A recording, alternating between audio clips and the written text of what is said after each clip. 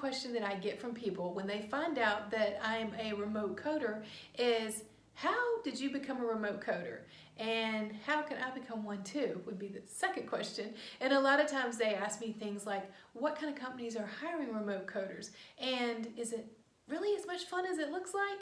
So if those are the questions that you have, this video is for you. So come along and we'll talk all about it. When you picture remote coding, I imagine you picture it sort of like this.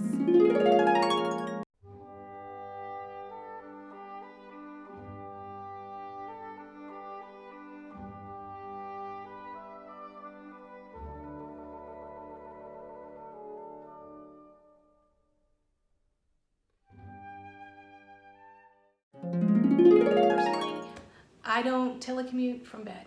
It just doesn't work for me. This is more reality of my setup. Large monitor, wireless keyboard and mouse, laptop, and a nice desk. Because when you're a coder, you have lots of books. You can't see my book here, but you have lots of big books, and you have to have a place to put them, and on your bed, not necessarily the best place to put them. I've been a coder for 26 years, and I've been remote coding for the last 10 of those 26 years. This is something I love doing, and I think you're gonna love it too, quite possibly. So you're probably wondering what the statistics are for you to become a remote coder. What are the odds? What are the chances? What do the statistics say? And for this, we're gonna nerd up. We're gonna put on our glasses and we're gonna go out to the internet and we're gonna look at a couple of surveys. The first survey is by globalworkplaceanalytics.com. If you go out there, I'll try to put the link in the description below. But if you go out there, what their survey showed was that from the time period of 2005 to 2018, that the population of people, the American employees allowed to work from home rose 173%. That's really good. They found that 4.7 million employees now work from home at least part-time. They also found that 40% of employers are now allowing flexible workplace options, which is really, really good. That's more than, 40% more than 5 years ago. And you're like, Angie, that's great news, but we're not just American employees, we're coders. What are our chances? So I went out to the AAPC and I found a survey that they published. Get jiggy with it here. Anyway, a survey that they published back in 2018, and what they found that of those surveyed, almost 25% of the coders that they surveyed said that they're allowed to work from home. That's fantastic news. And I want to add a caveat to that. Not all coders are members of the AAPC. As we know, there are AAPC coders and there are AHIMA coders, and then there's some that are both. So that number could actually be higher if we take into consideration AHIMA coders. But at least the AAPC survey shows a lot of hope in this area. Think about it, guys. Almost a quarter of us are allowed to work from home. And this survey was done in 2018. It could be even higher in 2020. I was working for I had been coding for probably 16 years, and I was working for a large multi-specialty, multi-hospital, large healthcare delivery system. One day, my boss came to me and said, we are going to send some of the employees home if they wish to go. So I fell into my first opportunity, and you may too. But you have to prepare yourself so that you're a good candidate when that happens. So say you're working for a doctor's office, or say you're coding somewhere, and you need to be, one, a good coder. You need to be good, reliable, accurate, and you need to be getting your work done and not have to be, if you have to be micromanaged, they're not gonna wanna send you home.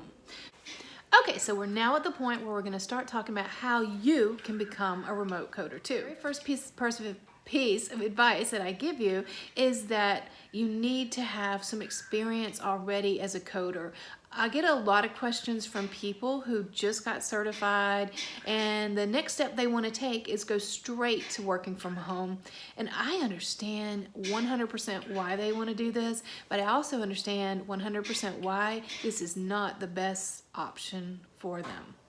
So if you are an experienced coder and you've got a proven track record as an accurate coder who gets their work done, who's professional, then you're going to have an easier time getting a work from home, remote coder position.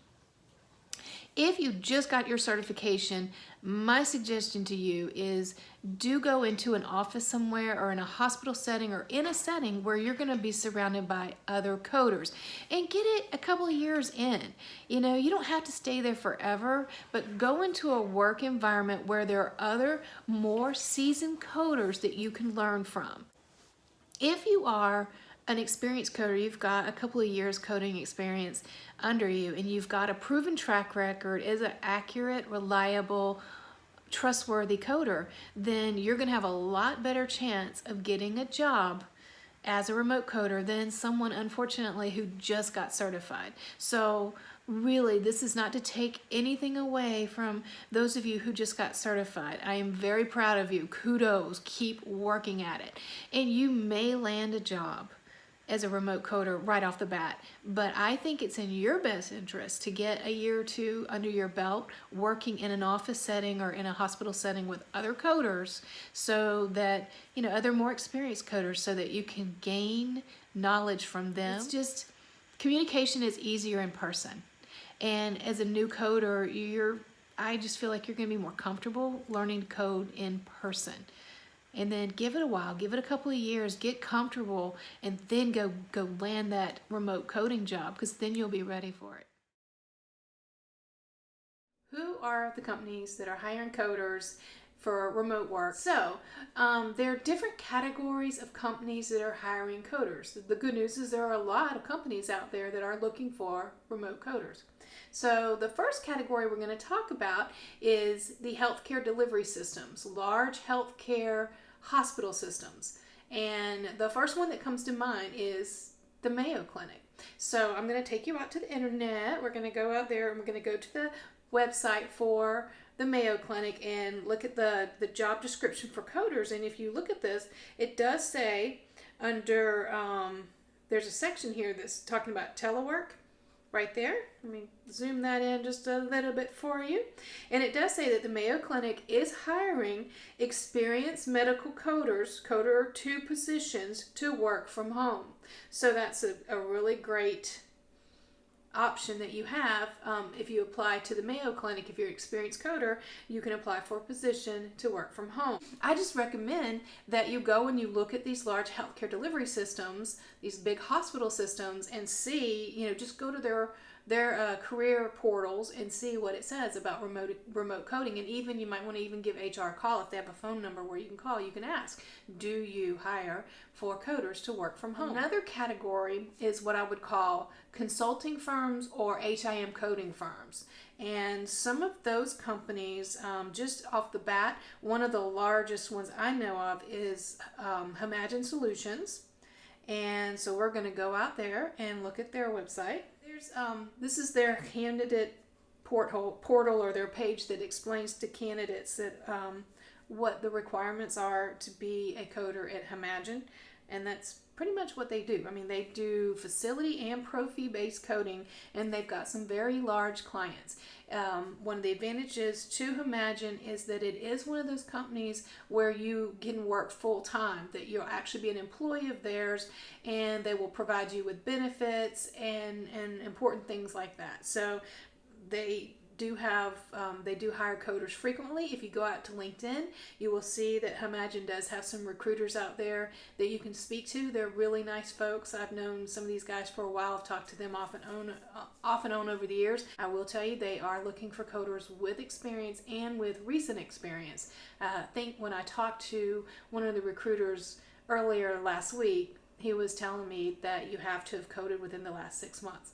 So Oxford is another one you might want to check out. They also have recruiters on LinkedIn that you can, speak to out there. So look into that. Also the category of consulting and coding services companies and firms that is for independent contractors. So if you don't need benefits, if you're not interested in the insurance and the 401k and all that kind of stuff, that's where you'll be doing project-based, client-based work, and it'll be according to your skills as a coder, and you'll get paid for that, but you'll be responsible for your benefits, your taxes, and those kind of things. But they're really great if you have a full-time coding job and you just want something for like 20 to 30 hours a week part-time to supplement your income. Those are great types of jobs doing the independent contracting things. But these are great opportunities for coders. And I've done independent contracting throughout my career, and it has really been a fantastic experience. I totally recommend it. It gives you more variety and experience. You get to meet a lot of really cool people. You get to learn a lot about working remote. I just think it's a win-win. So don't discard the idea of doing independent contract. Another place you might not have thought to look is coding for insurance companies. Did you know that companies like United Healthcare, Blue Shield, Cigna, Aetna, they do hire coders, and they do allow them to work from home. Now, I can't say that about all of them, but I can speak to United. United does hire coders, and they do allow them to telecommute. Let's see. That pretty much covers the big areas to look. Stay on LinkedIn. Put yourself a really good profile out there with your resume, with all your experience on it. Get some of the people that you know to recommend you on LinkedIn. Make sure that you reach out to past supervisors and even your current supervisor if they're willing to. Ask for letters of recommendation. And you want to be specific. You want them to specifically say that you're an accurate coder, that you're reliable, that they trust you, and that they don't, that they know that you'll get your work done. Those are the kind of things that the people that are recruiting for remote coding jobs are looking for. Also, prepare yourself that when you start applying for these telecommuter jobs, another way you're going to have to prove yourself is assessments. They're going to give you coding tests to take. Just get comfortable taking coding tests, because the more of these positions you apply for, the more frequently you're going to be assessed and tested. So I hope that these tips have been helpful for you.